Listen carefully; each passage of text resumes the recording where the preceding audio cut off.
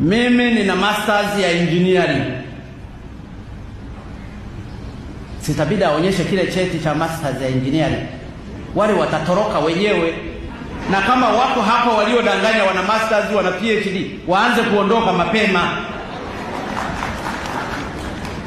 Kama ulifoji na fuji salimishe kwamba mimi bana, kwa kweli nilidanganya. Sina cheti chochote, nilimaliza form 4 nikapata division 0, kwa hiyo mnipeleke kwenye position ya size yangu.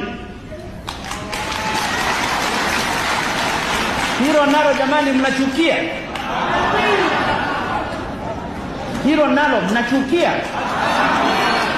Kwa nchi hii ambayo imekuwa na wafanyakazi hewa, wanafunzi hewa, watumishi hewa, mishahara hewa, tunataka tuiliform nchi hii twende kwenye direction inayotakiwa. Kama unajua kupiga kasia, utaajiriwa kwa kupiga kasia yako.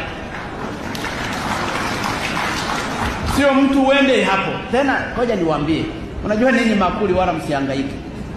Tunao watafuta ni hawa walioko huku juu. Wana mavyeti rundo mzima. Nchi hii ilikuwa inachezewa jamani. Ndugu zangu, mimi niko serikalini, ninayoyaona mengine ni ya ajabu, ni vigumu hata kuyasema. Ninyi hapa tu nimewaeleza meli 60 zilipotea hapa. Limeli kama hilo, nje mnaita limeli, G-meli.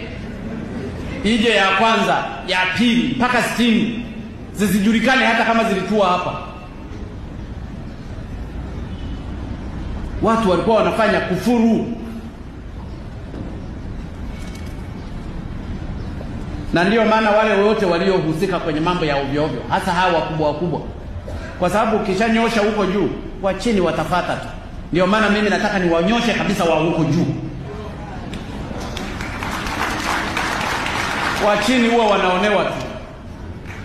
Saa nyingine wanaambiwa kafanye hivi kwa amri.